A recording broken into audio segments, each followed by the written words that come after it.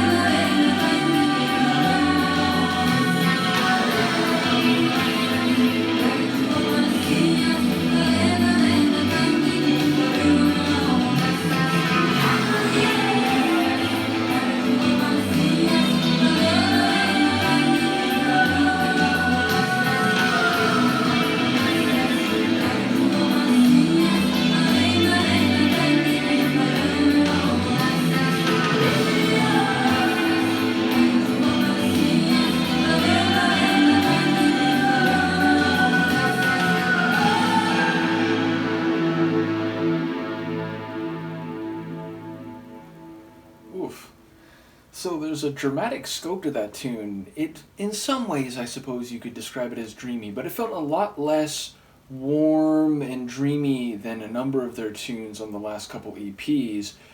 Indeed, that, I don't know what you would call it, that big drone, that sweeping drone that kept tearing across the track every bar, that gave it more of a sense of scope and scale, but made it feel less dreamy. It felt like I was looking at some large landscape, and perhaps one where there's danger or a dire sense of reality.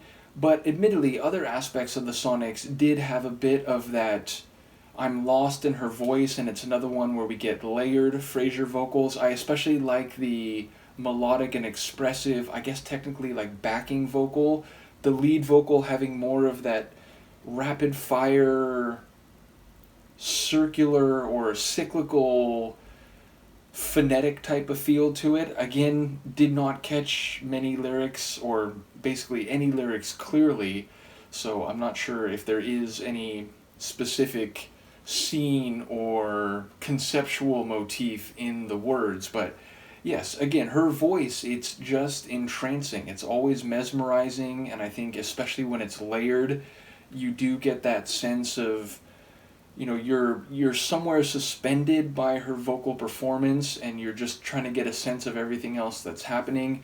As I said, that like almost brass-like drone, that really did stand out sonically. There were also some drum, like percussive rhythms. I was hearing that little extra flourish of the hi-hat at the end of the measures, or the end of the bars in the opening section, and then I heard, I think, the ride cymbal at some point in the latter half. But yeah, again, you would never think this was anyone else than Cocteau Twins. I've heard enough of them now that they just have their own lane, their own style, and this is very much in that. But again, it felt maybe a bit different than a lot of the songs on the last couple EPs, and had a bit more of a metallic or intense and dire feeling to some of the Sonics. So yeah, again, maybe it's about butterflies, I'm not quite sure, but yeah, a really intriguing opening to the album. And as I said, when I first saw that the EP title, which, you know, it's been waiting in the larger umbrella folder that Mr. Solo has made available for quite a while, but I didn't like look closely at all the subfolder names. So when I did the last reaction and people said the next EP is Echoes in a Shallow Bay, I was like, oh, that, you know, that really sets a visual scene. It sounds like it could be a book of poetry or something like that. So I really do enjoy that, and I wonder if there's any conceptual connection. But yes, another cool Cocteau Twins track is basically the summation here. Let me know what you think, and I will see you next time. Peace.